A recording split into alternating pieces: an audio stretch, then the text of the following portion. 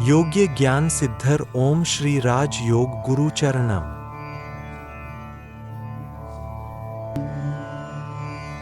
योग्य ज्ञान सिद्धर ओम श्री राज योग गुरु चरणम।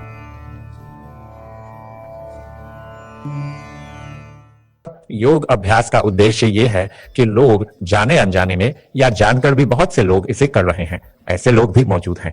कर्म का अर्थ है कार्य। यदि कार्य कहें तो अच्छी बातें भी कर्म ही कहलाती हैं।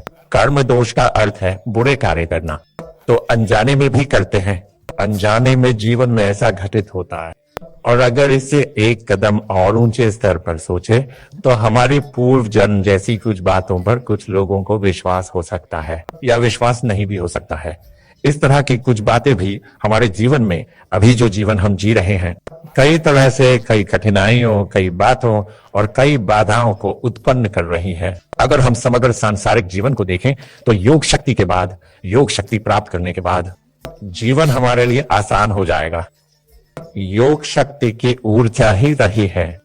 जब हम योग शक्ति प्राप्त कर लेते हैं उसके बाद हमारे विचार, चिंतन, सबसे पहले सभी कमजोर विचारों को त्याग देना चाहिए। कमजोर विचार क्या है अगर आप पूछे तो एक वर्ग के लोगों को कुछ खास बातों में विश्वास नहीं होता है। उसे भी आसानी से बदला जा सकता है। और अगर आप दूसरे वर्ग के बारे में पूछें तो उनमें आत्मविश्वास की कमी होती है। वे हमेशा नकारात्मक ही बात करते हैं। यदि आप सकारात्मक कहेंगे तो वे नकारात्मक ही कहेंगे। मुझे पता है वो कभी नहीं होगा, ऐसा वे कहेंगे। वो होने वाली बात पे हो तो भी वे कहेंगे कि नहीं होगा, क्योंकि उन्हें कई असफलताओं को उनकी गलती कहने को कुछ नहीं है।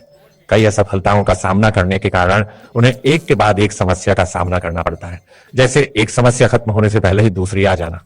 तो जीवन में समस्या, अगर कोई कहे कि मेरे जीवन में कोई समस्या नहीं है तो ये सच्ची बात हो ही नहीं सकती। जीवन में हर स्तर के लोगों को किसी ना किसी तरह से कोई ना कोई समस्या जरूर आती है।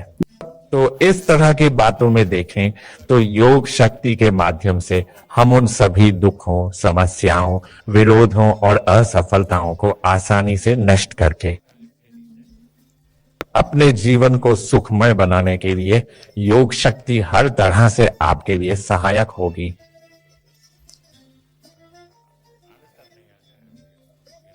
ये जीवन को बेहतरीन बनाएंगे। योग्य ज्ञान सिद्धर ओम श्री राज योग गुरु चरणम।